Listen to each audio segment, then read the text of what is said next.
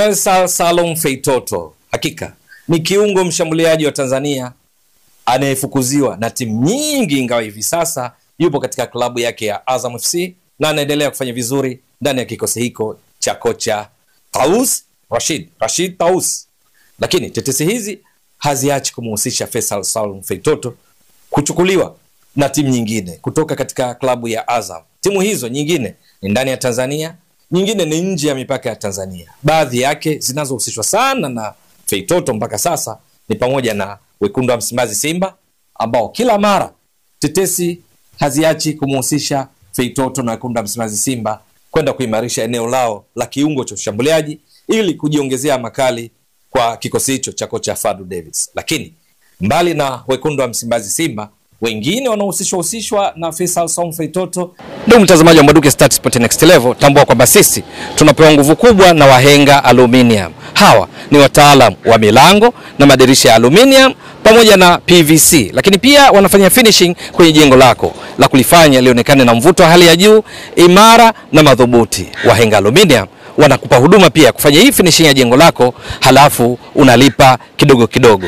Wahenga Aluminium ni wakali wa hizi kazi. Wanapatikana jijini Dar es Salaam, lakini pia huduma zao wanazifikisha nchi nzima popote ulipo na pia nje ya mipaka ya Tanzania.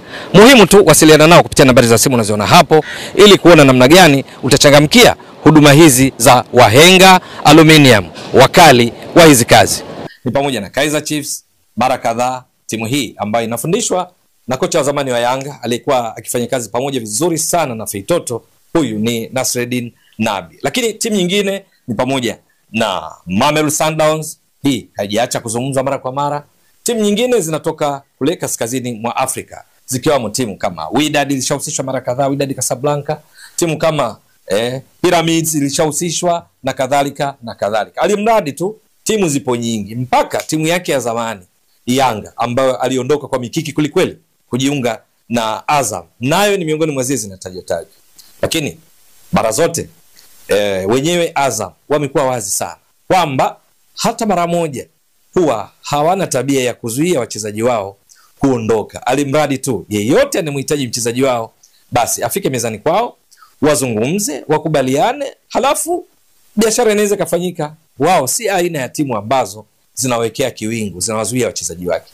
Mkuu wa idara ya mawasiliano kwa umma ya Azam FC, hapa namaanisha Zakaria Zaka za kazi, amekaririwa na vyombo kadhaa vya habari kule nchini Afrika Kusini, kikiwamo cha Far Post. Yes, Far Post, ambapo wamemnukuu akisema kwamba wao milango iko wazi